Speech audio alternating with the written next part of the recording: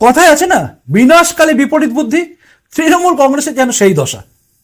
তৃণমূল কংগ্রেস বিনাশকালে উপস্থিত হয়ে গেছে, তাই তাদের যা কিছু বুদ্ধি দেখুন উল্টো হয়ে গেছে।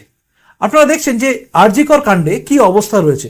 আরজিকর কাণ্ডে কেউ কিন্তু বলেনি যে তৃণমূল কংগ্রেস জড়িত। কেউ কি বলেছিল? না, কেউ বলেনি। কিন্তু ধীরে ধীরে তৃণমূল কংগ্রেস সুপ্রিমো মমতা বন্দ্যোপাধ্যায়ের স্ট্যান্ড এবং লাগাতার যা যা কাজ হয়ে চলেছে না, তাতে মোটামুটি একটা জিনিস পরিষ্কার হয়ে যাচ্ছে যে তৃণমূল কংগ্রেস কোথাও যেন কাউকে আড়াল করতে গিয়ে নিজেরা জড়িয়ে গেছেন।